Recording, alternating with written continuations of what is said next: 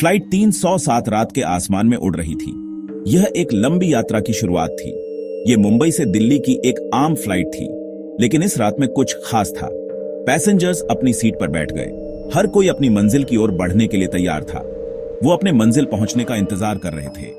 कुछ लोग किताबें पढ़ रहे थे तो कुछ लोग सोने की कोशिश कर रहे थे। उन्हें क्या पता था, किस्मत को कुछ और ही मंजूर था। आसमान में बादल घिरने लगे थे। घड़ी में आधी रात बीत चुकी थी। पायलट और क्रू सतर्क थे। ज्यादातर पैसेंजर सो रहे थे। कुछ लोग खिड़की से बाहर देख रहे थे। इंजन की आवाज केबिन में गूंज रही थी। यह आवाज यात्रियों के लिए एक लोरी की तरह थी। थके हुए मुसाफिरों के लिए ये एक लोरी की तरह थी। हर कोई अपने सपनों में खोया हुआ था। 2 बजे प्लेन जोर से हिला। यात्रियों ने सीट बेल्ट कसकर बांध ली। बाहर एक भयानक तूफान आया। काले बादल आसमान में छा गए थे। बिजली चमकी और पैसेंजर्स के डरे हुए चेहरे रोशन हो गए। हर कोई सहमा हुआ था। प्लेन एक बड़े तूफान में फंस गया था। हवा की तेजी से प्लेन हिल रहा था। कैप्टन की आवाज इंटरकॉम पर गूंजी। उसने यात्रियों को जानकारी दी। उसने शांत और भरोसेमंद आवाज में बोलने की कोशिश की। उसने कहा कि सब कुछ नियंत्रण में है। उसने सबको शांत रहने को कहा। यात्रियों ने ध्यान से सुना। फ्लाइट अटेंडेंट्स गलियारे में घूम रही थीं। वे यात्रियों की मदद कर रही थीं। वो पैसेंजर्स को शांत रखने की कोशिश कर रही थीं। उनकी मुस्कान में भी धैर्य था, लेकिन एक फ्लाइट अटेंडेंट की रीढ़ में ठंडक दौड़ गई। कुछ ठीक नहीं था। उसकी आंखों में चिंता साफ झलक रही थी। उसकी नजर सीट 23A पर पड़ी। वो सीट खाली नहीं थी। वहां एक आदमी बैठा था, परछाई में ढका हुआ। उसकी पहचान छुपी हुई थी। उसकी आंखें भयानक सफेद रंग की चमक रही थीं। वो आंखें किसी और दुनिया की लग रही थीं। ऐसा लग रहा था जैसे वो उसे घूर रहा हो। उसकी नजरें बहुत ही तीव्र और डरावनी थीं। उसने उसे फ्लाइट में पहले कभी नहीं देखा था। वो आदमी अजीब और अनजान था। वो बोला। उसकी आवाज एक डरावनी फुसफुसाहट थी। हम सब मर चुके हैं। उसकी आवाज में एक अजीब सी ठंडक थी। ये शब्द उसे किसी जोरदार चोट की तरह लगे। उसका दिल धड़कने लगा। वो डर के मारे पीछे हट गई। उसका दिल डर से भर गया। उसकी सांसें तेज हो गईं।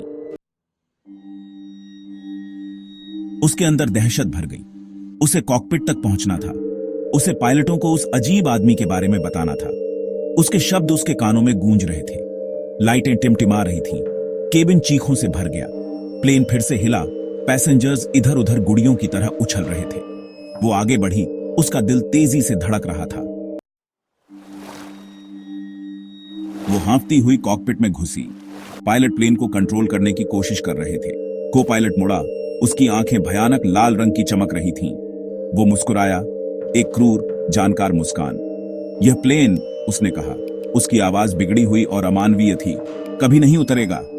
उसके शब्द हवा में लटके रहे, डर से भरे हुए। भाग 6 सिग्नल में खोया। पायलट ने घबराकर रडार चेक किया। यह फ्लाइट 307 को अटलांटिक महासागर के ऊपर दिखा रहा था, लेकिन यह नामुमकिन था। उन्हें मध्य भारत के ऊपर होना चाहिए था। इसका कोई मतलब नहीं बनता था। ऐसा लग रहा था जैसे प्लेन किसी दूसरे डायमेंशन में चला गया हो। पायलट के माथे पर ठंडा पसीना आ गया। भाग 7 बिना निशान के गायब। वो फ्लाइट अटेंडेंट की तरफ मुड़ा। उसका चेहरा पीला पड़ गया था। उसने सीट 23A की तरफ इशारा किया, लेकिन वो खाली थी। सफेद आंखों वाला आदमी गायब था।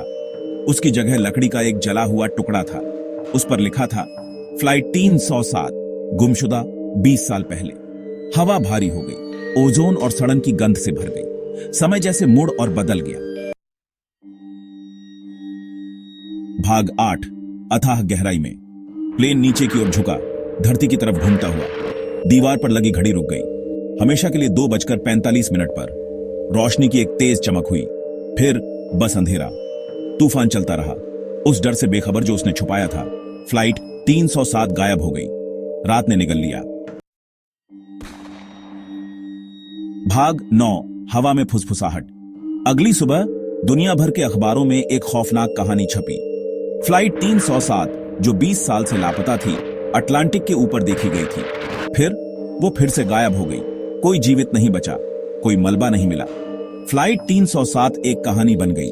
ये उन रहस्यों की एक भयानक याद दिलाती है जो आसमान में छिपे हैं।